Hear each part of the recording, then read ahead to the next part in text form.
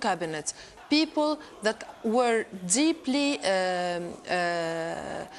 in the corrupted regime of Ben Ali and his corrupted party are still in power, are still in governors, are still in the big institutions, the important institutions. And as long as we do have these people in decision positions, we cannot say that we won or that we eradicated oppression or corruption from Tunisia.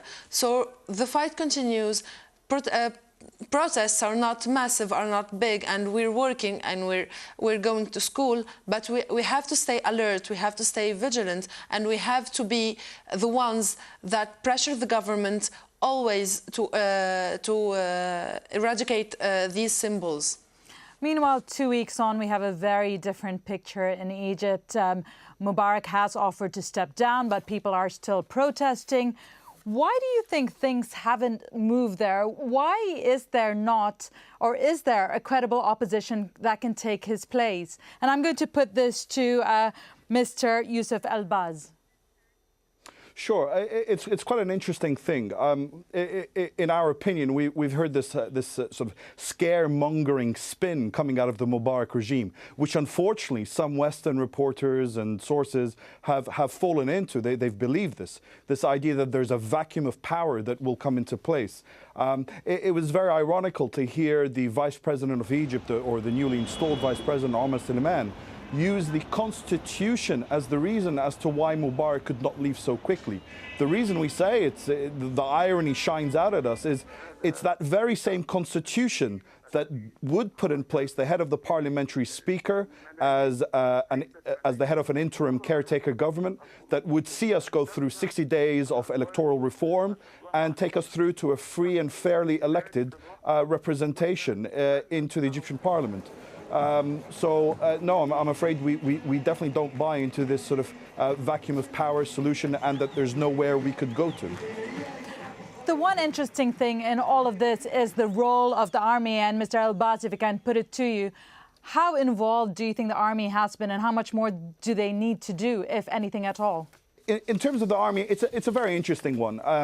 A lot of people on the ground level in Cairo are confused as to why the army haven't totally heartedly stood with the people. We saw in Tahrir Square, our version of Tiananmen Square in China last week, is the army took 2 steps back as the police entered the square and started killing and attacking civilians. And so we've learned one thing, is that the army don't have the full-hearted interest of the people in their minds. But what we do understand is the connection between the army and Mubarak. At the end of the day, the Mubarak regime, or Mubarak himself, acts as a focal point for the army, which holds America's $1.5 billion vote. So the army will not do anything to jeopardize that relationship with the US, and indeed the funding that guarantees its existence. And what we would like to say is, dear Army, you can maintain that funding with the Americas, you can contain the sustained peace process without Mubarak as being your spokesman. The Army are good people, and they should stand in their own right. This is to Dr. Gennaro Gervasio. We're talking about the army right now and the role of the army, and we've just been in Tunisia. They played a very, very distinct role in the ousting of their leader. In Egypt, we're not exactly seeing that. Can you explain why such a disparity? Well, I mean, this is also the nature of the regime. Let's not forget that Ben Ali, he was brought to power with an internal coup by the police, by the internal ministry, by the security forces. And also, even before, Habib Bourguiba, the founder of the Tunisian state, he was very afraid of the power of the army, what was happening in Egypt and in Levant, so he tried to keep the army outside of politics, whilst the Egyptian revolution of 1952 was in fact a military coup, a revolution led by the military, and in the military they stayed in power.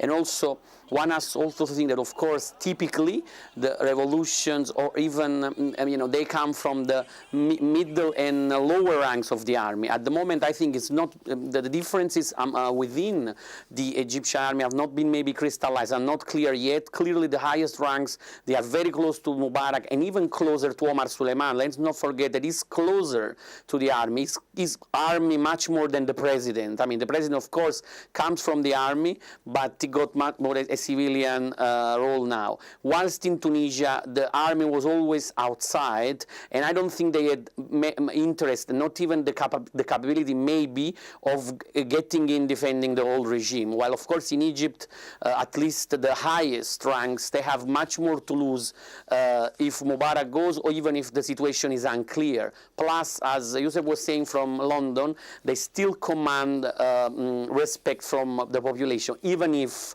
the way they have behaved, like the sort of neutrality, which sometimes has been considered a bit too close to the regime. But I think that it's very difficult to know what's happening within, and particularly how much the highest and the middle and the lowest rank are in contrast at the moment. But the two armies are very different stories. I'd like to bring in one of Youssef's points. He said the fact that the West has an influence in the army receives a huge amount of aid from the US.